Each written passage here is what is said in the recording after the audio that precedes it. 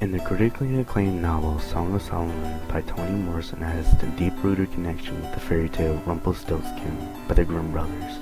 The connection between these two are important because some events in both stories share closely related elements such as plot events and characters.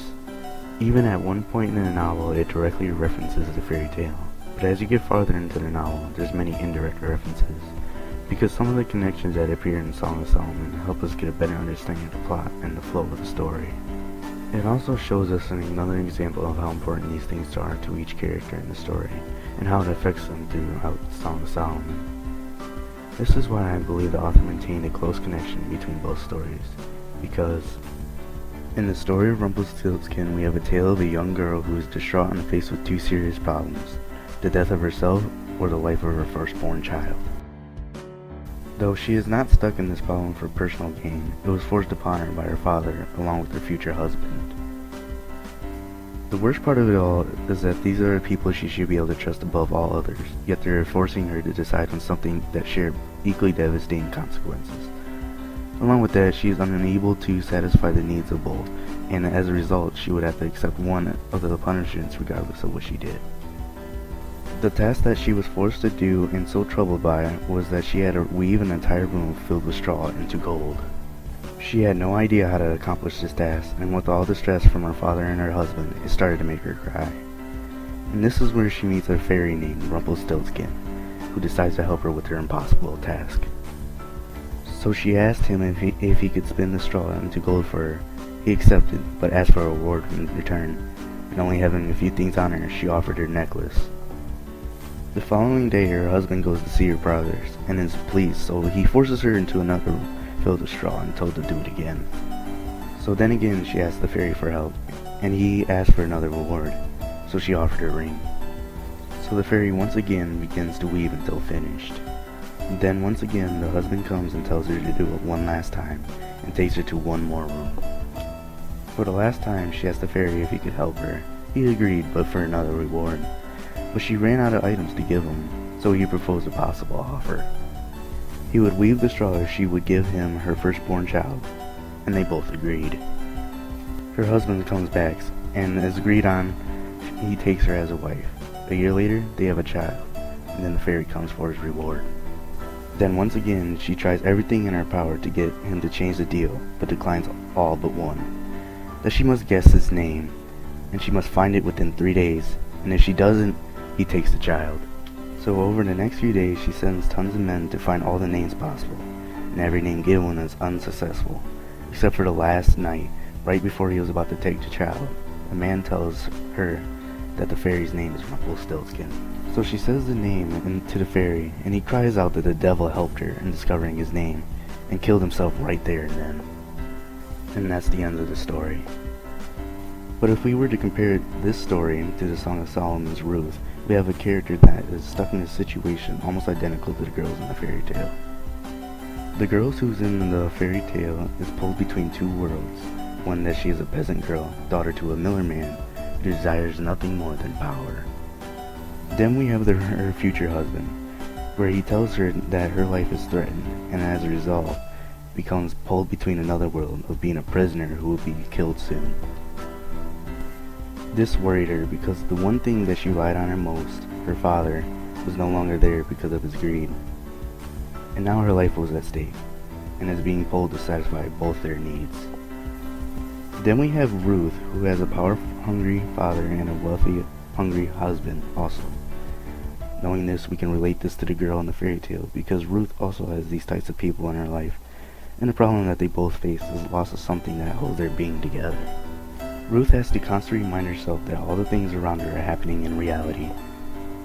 While the girl in the fairy tale whose problem makes her question the reality of things, they both end up in similar reality or not situations. Both the girls are threatened with the loss of the conscious world and the imaginary world. But what is also shared between the two girls is the things that help them satisfy the needs that both of these worlds that they live in desire, and how it is received. For the girl in the fairy tale, it's the fairy that weaves her the gold. For Ruth, it's the breastfeeding of milkman. So say if these elements were to suddenly stop, the thing that satisfies both of the worlds that they live in would stop, resulting in the reality collapsing, and the severe punishment happening to both the girls. This is what makes the two characters so closely related, and this is why the author directly mentions the weaving of straw into gold in Song of Solomon. Because the thing that satisfied both the worlds for the two girls is lost, would be devastating to them. This is the connection that the author made between the two. So the reason why the author intertwined these two stories together is to help explaining why the breastfeeding of Milkman and the stain on the table were so important to Ruth. And we have evidence for this connection. First, these two girls are faced with two sanity-breaking problems. Second, they have two identical relationships with two people that are filled with corruption. 3. The way the two girls are able to satisfy both the worlds that they live in. And lastly, to compare another example of the effect of losing the ability to breastfeed Milkman would have on Ruth.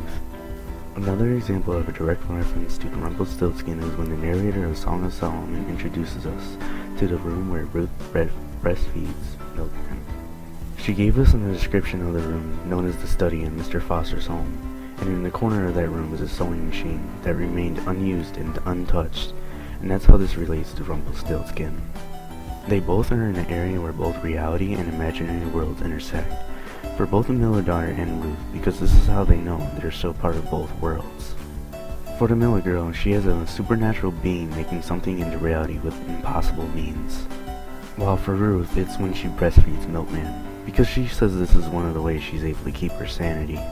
Another small way how they relate is that they're both located in small rooms when the gold making is in progress. Though this is only a minor reference, it doesn't mean anything on its own. It's only there to reinforce the connection made earlier about the two girls that were in the same similar scenarios. The next direct reference is when the breastfeeding of Milkman was discovered. Ruth and the Miller girls were both discovered by a type of messenger.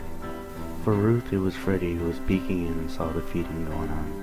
He immediately began to run to tell what he has found out to everyone, which earned him his name of Milkman.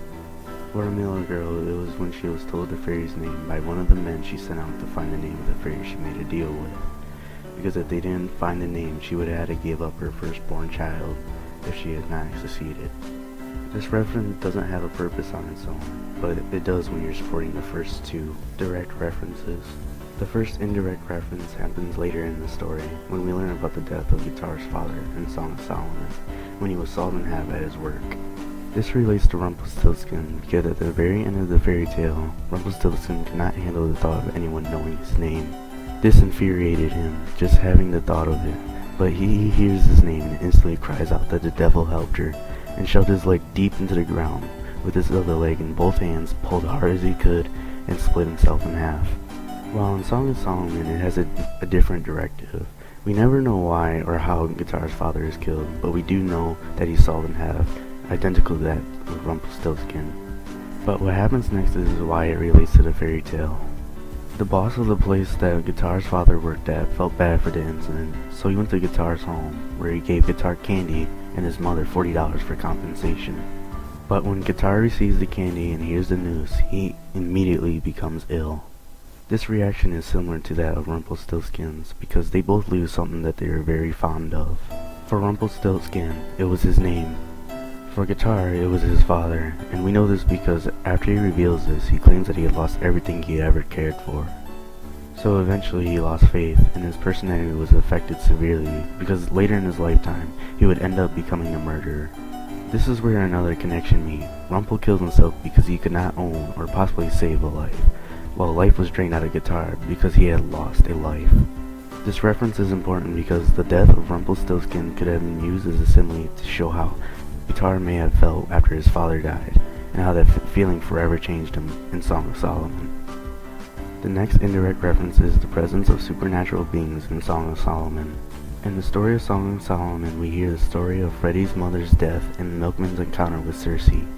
This relates to Rumpelstiltskin because the supernatural being in the fairy tale is Rumpelstiltskin himself. He has the ability to turn objects into gold, which is impossible in realistic terms, which proves the supernatural can have an effect on real objects, showing that they can interact with each other. While in Song of Solomon, when Freddie tells a story about how his mother was killed just by the sight of ghosts, it tells us that interaction between both worlds is possible. Then in Milkman's encounter with Circe happens, she helps Milkman with guidance in what he should do next. This mirrors when Rumpelstiltskin decides to help the Miller girl with her task of weaving gold. This reference is important because it supports the interaction between the two worlds, and helps explain why Milkman was able to interact with Cersei.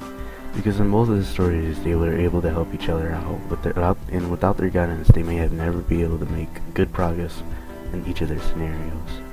And for the final reference in this book, it's the desire for gold, present in both Song of Solomon and Rumpelstiltskin. In Song of Solomon, we have three characters that desire gold for personal gain: Macon, Milkman, and Guitar. Then in the fairy tale, we have the king and the dad of the miller girl. How the two stories relate to each other is that they both have characters that are being pressured. The two people that were pressuring the miller daughter was her dad and her husband, while Milkman in the Song of Solomon was being pressured by Guitar and Macon. How these two events were even more closely related is that they both had people on both sides of the stories where they would kill just to get this gold. The gold connection in both stories is very strong, because if the gold was never incorporated into the story, the storylines and plots would be very different. Like, many events in Song of Solomon would never have happened, like Milkman visiting a cave, and many of the following events may have never happened either, such as the two failed attempts on Macon's life. And without the golden Rumpelstiltskin, the miller daughter would have just been killed in the locked room she was in, and all the events after that would have never happened.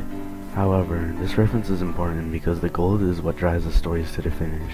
Like in Song of Solomon, Guitar really wanted the gold, so he tried to kill Milkman. And in Rumpelstiltskin, the miller's daughter would have just been killed because she was locked in a room because she couldn't weave gold.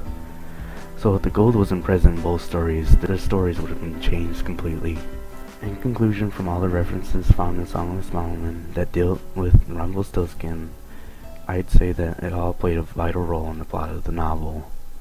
If the author never referenced Rumpelstiltskin and incorporated it in her book, I believe the Song of Solomon would have had a completely different plot.